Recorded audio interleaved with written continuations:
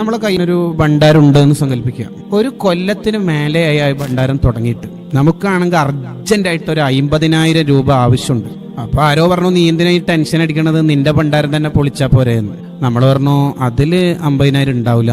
അയാൾ നമ്മൾ തമ്മിൽ ഒരു വാശി പുറത്ത് ഭണ്ഡാരം പൊളിച്ചു നോക്കി. അയാൾ പറഞ്ഞു 50,000 മേലൊക്കെ ഉണ്ടാവും, കാരണം നീ കുറേ തവണ അതിൽ ക്യാഷ് ഇട്ട കഥ നമ്മളോട് തന്നെ പറഞ്ഞിട്ടുണ്ടല്ലോ എന്ന് പറഞ്ഞ് ഒരു ചാലഞ്ച് എന്ന അർത്ഥത്തിൽ ഭണ്ഡാരം പൊളിച്ചു നോക്കുമ്പോൾ കിട്ടിയ ക്യാഷ് 1,30,000 രൂപ. നമുക്ക് ഭയങ്കര സന്തോഷമായിരിക്കും. എന്താണ് ശരിക്കും ഇപ്പൊ ഇവിടെ സന്തോഷിക്കാൻ വക ഉണ്ടായത്? ഭയങ്കരമായിട്ട് സന്തോഷിക്കാൻ മാത്രം ഇപ്പൊ എന്താ വക? നമ്മൾ തന്നെ ഈ 1,30,000 രൂപ അതിലിട്ടത്, വേറെ ഒരാൾ 5 പൈസ ഇട്ടിട്ടില്ല. അപ്പൊ നമ്മൾ ഇട്ട ആ ക്യാഷ് അവിടെ തന്നെ ഉണ്ട് എന്നുള്ളതിൽ ഇപ്പൊ എന്താ സന്തോഷിക്കേണ്ടത്? ഇപ്പൊ ഞാൻ കയ്യിൽ കെട്ടിയിരിക്കുന്ന വാച്ച് പ്രസംഗം കഴിയുമ്പോഴേക്ക് കയ്യിൽ തന്നെ ഉണ്ട്, അതുകൊണ്ട് ഇപ്പൊ സന്തോഷം ഉണ്ടാവും. ഞാൻ വെച്ച ക്യാഷ് ഭണ്ഡാരത്തിലുണ്ട്. പിന്നെ എങ്ങനെയാ സന്തോഷിക്കാനുള്ള കാരണം എന്ന് പറഞ്ഞാല് നമ്മൾ അത്ര പ്രതീക്ഷിച്ചിട്ടില്ല എന്നുള്ളതാണ്. അപ്രതീക്ഷിതമായി ഇത്രയും വലിയ സംഖ്യ കിട്ടിയപ്പോൾ സ്വന്തം പണമാണെങ്കിലും നമുക്ക് വലിയ ഹാപ്പി ഉണ്ടാവും. ഇതേപോലെ സരിയു സിഖ്തി റളിയല്ലാഹു അൻഹു പറയാണ്, നിന്റെ ഖബർ എന്ന ഒരു ലോകത്തെ നീ ഭണ്ഡാരായിട്ട് സങ്കല്പിക്കുക.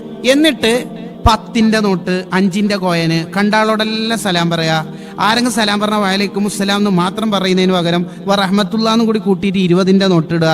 ഇനി ബറക്കാത്തും കൂടി കൂട്ടിയിട്ട് 30 ആക്കുക. ഡെയിലി കുറെ സലാത്ത് എല്ലിയിട്ട് 2000ന്റെ നോട്ട് ഇടുക. പിന്നെ ആരെങ്കിലുമൊക്കെ പാവപ്പെട്ടവർ നമ്മുടെ കൂട്ടുകാരിൽ ഉണ്ടെങ്കിൽ അവരെയൊക്കെ സഹായിച്ചിട്ട് 2000ന്റെ കുറെ നോട്ടിടുക. ഇങ്ങനെ നമ്മളെ ഖബറിനെ ഭണ്ഡാരായി സങ്കല്പിച്ച് ഒരുപാട് നന്മ അവിടെ ഇൻവെസ്റ്റ് ചെയ്യും. എന്നിട്ട് അവസാനം ഖബർ എന്ന ഭണ്ഡാരം പൊളിക്കുന്ന ദിവസം, നമ്മൾ മരിക്കുന്ന ദിവസം കാണുമ്പോൾ തന്നെ ഭയങ്കര സന്തോഷം ഉണ്ടാകും. അപ്പോഴാണ് ഒരു വെളുത്ത മനുഷ്യൻ ഖബറിന്റെ ഉള്ളിൽ നിന്ന് പുറത്തേക്ക് വരും. അപ്പൊ മയ്യത്ത് ചോദിക്കും, എത്ര നിങ്ങൾ ആരാ? അന അമലുക സ്വാലിഹ്, നീ ചെയ്ത നല്ല കർമ്മങ്ങളാണ് അഥവാ സൽക്രമങ്ങളാണ് ഞാൻ എന്ന് പറഞ്ഞിട്ട് പരിചയപ്പെടുത്തും. ഇങ്ങനെ നമുക്ക് ഖബറിനെ ഭണ്ഡാരായിട്ട് സങ്കല്പിച്ചിട്ട് ഖബർ പ്രകാശിപ്പിക്കാൻ പറ്റിയ 3 കർമ്മങ്ങളെ കുറിച്ചാണ് ഇന്നത്തെ എപ്പിസോഡിൽ പറയുന്നത്. എല്ലാവരും ജീവിതത്തിൽ ഇത് നിർബന്ധ ബുദ്ധിയ ശീലമാക്കണം. അള്ളാഹു തൗഫീഖ് ചെയ്യട്ടെ. 1, എല്ലാ ദിവസവും മഗ്‌രിബിന് ശേഷം, മഗ്‌രിബിന്റെ ഇശാഇന്റെ ശേഷം ആവലാണ് നല്ലത്, ഉറങ്ങണതിന് മുമ്പ് ആയാലും മതി, സൂറത്തുൽ മുൽക്ക് പാരായണം ചെയ്യുക. അഥവാ നമുക്കൊക്കെ അറിയുന്ന പോലെ തബാറക സൂറത്ത് പാരായണം ചെയ്താൽ ഖബർ പ്രകാശിക്കും. ഖബറിനെ നമുക്ക് സന്തോഷമുള്ള വീടായിട്ട് നമുക്ക് മാറ്റാൻ കഴിയും. സൂറത്തുൽ മുൽക്ക് നിത്യമായി പാരായണം ചെയ്യണം. ഇനി എന്തെങ്കിലും ക്ഷീണം കൊണ്ടോ മറ്റോ ഉറങ്ങിപ്പോയാൽ രാവിലെ ഓതിയാൽ മതി. അതിന്റെ അർത്ഥം എപ്പോഴും ക്ഷീണം കൊണ്ട് അർണം കൊണ്ട് ഉറങ്ങണ്ട, നമ്മൾ രാത്രി തന്നെ ഓതണം. മുത്തുനബി സല്ലല്ലാഹു അലൈഹി വസല്ലമ തങ്ങള് തബാറക സൂറത്ത് ഓതാതെ ഉറങ്ങാറില്ലായിരുന്നു എന്ന ഹദീസിലുണ്ട്. നബി സല്ലല്ലാഹു അലൈഹി വസല്ലമ തങ്ങളെ ഇഷ്ടപ്പെടുന്ന നമുക്ക് അങ്ങനെ ഒരു ശീലം ഉണ്ടാവണം. രണ്ടാമത്തെ എന്താന്ന് വെച്ചാല് ഖബർ പ്രകാശിക്കാൻ, ഖബറിൽ സുഹൃതങ്ങളെ കൊണ്ട് നമുക്ക് സുഖിക്കാനുള്ള ഒരു നന്മ സൂറത്തു യാസീൻ ഡെയിലി ഓതുക എന്നുള്ളതാണ്.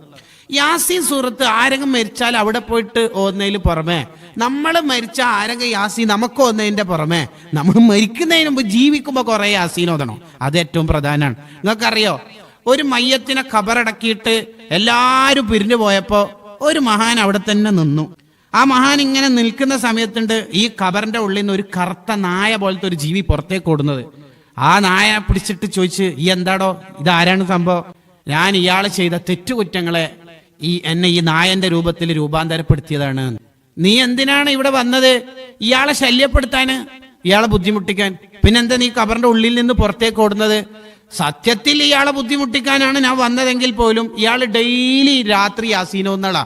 ആ യാസീൻ ഓതുന്ന ആൾ എന്ന നിലയിൽ ഇയാൾക്ക് ഒരു സുന്ദരനായ രൂപം യാസീന്റെ രൂപത്തിലേക്ക് വന്നിട്ട് എന്നെ ഓടിച്ചു, അയാൾക്ക് ഇപ്പൊ സുഖാണ്. സൂറത്തു യാസീന്റെ ബർക്കത്തുണ്ട് നിങ്ങൾക്ക്. സൂറത്തു യാസീന് ആരെങ്കിലും മരിച്ചാൽ മാത്രം ഓതേണ്ട സൂറത്താന്ന് നമ്മൾ വിചാരിച്ചു പോകരുത്. അത് ഓതണം, അത് സുന്നത്താണ്, അത് വലിയ കൂലിയുള്ള കാര്യമാണ്. എന്നാലും നമ്മുടെ ജീവിതത്തിൽ എപ്പോഴും യാസീൻ ഓതണം. ഒരു യാസീൻ ഓതിയാൽ 10 ഖത്മ് തീർത്ത കൂലിയ. 10 ഖത്മ് ഒന്നിച്ച് തീർക്കാൻ നമുക്ക് ഏതായാലും കഴിയൂല. 10 ഖത്മ് തീർത്ത കൂലിയാണ് ഒരു യാസീൻ ഓതിയാൽ. ഡെയിലി ഒന്നിക്കിൽ രാവിലെ സുബഹിക്ക് ശേഷം അല്ലെങ്കിൽ രാത്രി നമുക്ക് ഓതാൻ കഴിയണം. അള്ളാഹു തൗഫീഖ് നൽകുമാറാവട്ടെ. ഖബറിൽ ഏറ്റവും കൂടുതൽ ഉപകാരപ്പെടുന്ന മറ്റൊരു നന്മ എന്താന്ന് വെച്ചാല് സ്വതക്കയാണ്. നമ്മളടുത്ത് എന്തെങ്കിലും ഉണ്ടെങ്കിൽ ബാക്കിയുള്ളവർക്ക് ഷെയർ ചെയ്യണം. ഓൻ്റെ ബർത്ത്ഡേക്ക് എനിക്ക് എന്തെങ്കിലും കിട്ടണം എന്നല്ല നമ്മൾ ചിന്തിക്കേണ്ടത്. നമുക്ക് എന്തെങ്കിലും സന്തോഷമൊക്കെ ഉണ്ടാകുമ്പോൾ മറ്റുള്ളവർക്ക് ഷെയർ ചെയ്യാനുള്ള ഒരു മനസ്സ്, നമ്മളെ കയ്യിലുള്ള വെള്ളം, അയാളുടെ ബസ്സിൻ്റെ പൈസ ഞാൻ എടുക്കാം, എൻ്റെ വീട്ടിൽ നിന്ന് അയാൾക്ക് ഭക്ഷണം കൊടുക്കാം, ഇങ്ങനെയാണ് നമ്മൾ ചിന്തിക്കേണ്ടത്. ഇങ്ങനെ ഈ 3 നന്മകളെ ജീവിതത്തിൽ നെഞ്ചേറ്റിയാൽ ഖബർ നമുക്ക് വെളിച്ചമാകും. നാളെ ആഖിറത്തിലേക്ക് പോകുന്ന ആദ്യത്തെ എക്സാം ഹാളിൽ, പരീക്ഷാ ഹാളാകുന്ന ഖബർ വിജയിച്ചു കഴിഞ്ഞാൽ ഫമാ ബഅദഹു ഐസർ, ബാക്കിയെല്ലാം ഈസി ആയിരിക്കും. അള്ളാഹു തൗഫീഖ് നൽകുമാറാവട്ടെ.